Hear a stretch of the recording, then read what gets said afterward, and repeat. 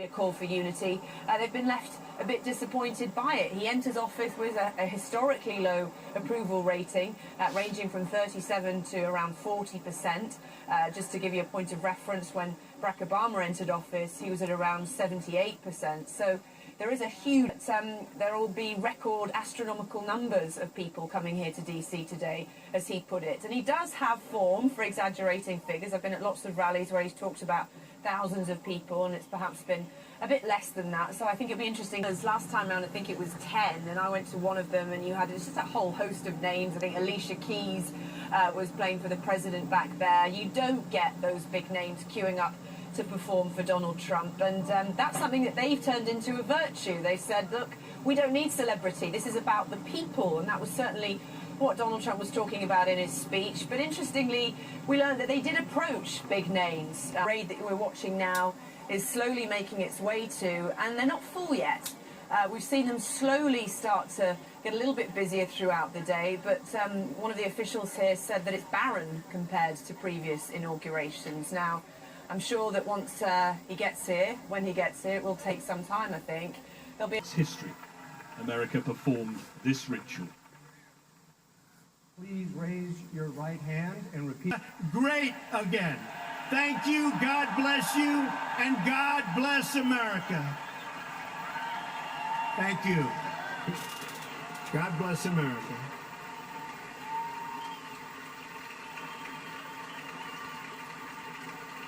Good job, said now former President Obama. As the crowds reflected on a moment they've longed for, there was one last piece of tradition for the outgoing president, walking through the rotunda with an apparent offer of help.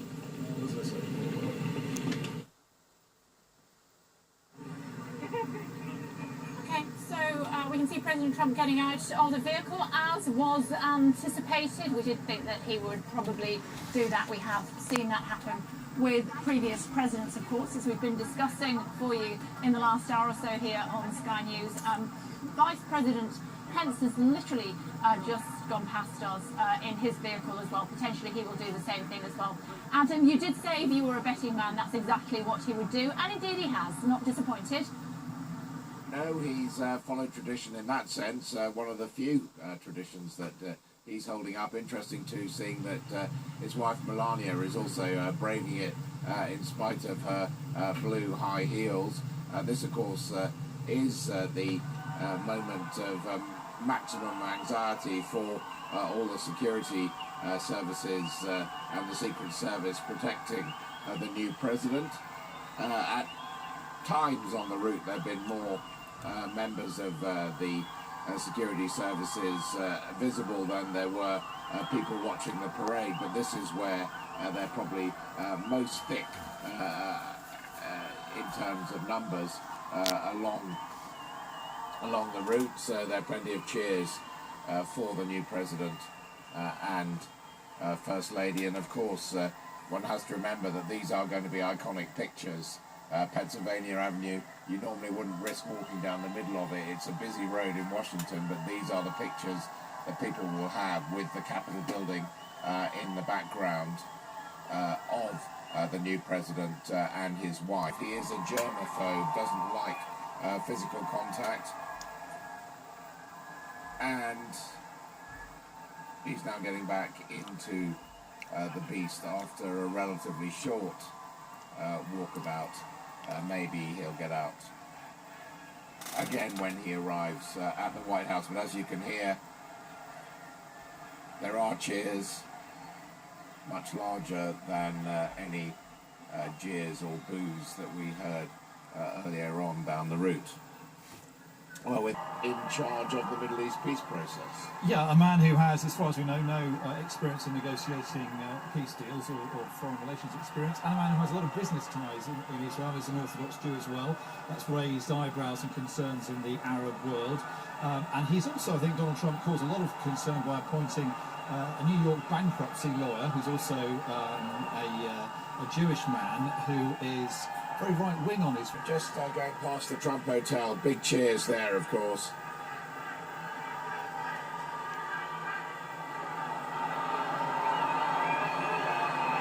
Disrupted. make Washington what it should be, answerable to the people. And on the other end of the spectrum, you've got people who are horrified, still shaking their heads in disbelief, really, still not fully coming to terms with the fact that Donald Trump is inside Cadillac One there and is heading to the White House and is about to become the president, or is about to take up the reins of power, having become the president. But it really is a hive of activity, isn't it, to get one first family out and the new first family in?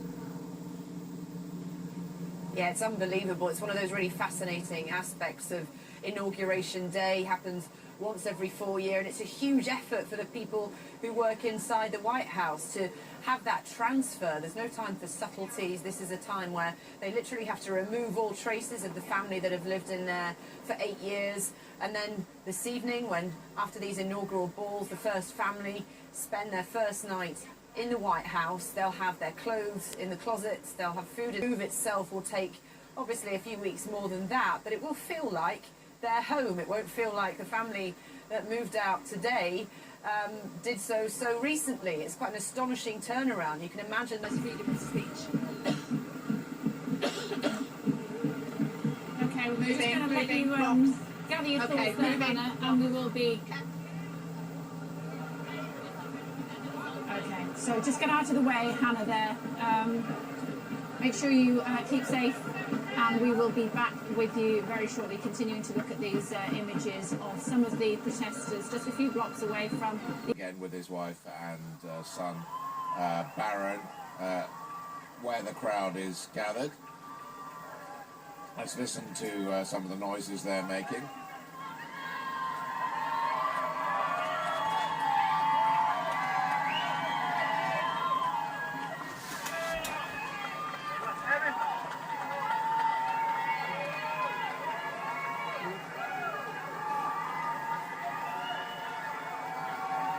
He's really not very far from the White House now. It's been a very slow parade, and one wonders what information he's had on the scenes. Hannah Thomas Peter was reporting on just there, making a lot of gestures with his hands. And as we stay with those pictures, let's just recap on the policy announcements which have come here since. Only agreed. For those of you in the presidential review, April 2016, and it was controversial because of accusations that it was flouting international law, that deals were done not openly, wasn't accountable enough. So it's controversial, but it's hugely controversial now that Donald Trump is on day one pulling America. Arriving in Lafayette Park, which is at the back of the White House. This is where the observation stand has been set up for the president. So the president will get out of his vehicle, greet the crowd, and then go into the observation tank.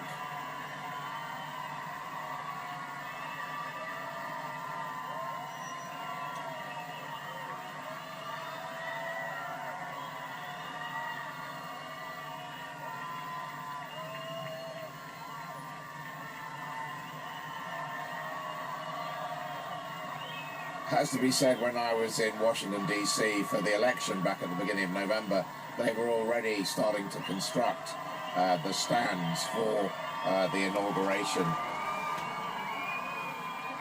More than 2 months later, so there's a lot of preparation goes into these events. I think if you don't live there, it is slightly baffling how much effort they put into one day. The stand, the whole of the back of the Capitol Hill is completely redesigned. I mean, that platform that he was on, it's a huge amount of timber. That takes months to build as well. And then this very elaborate parade.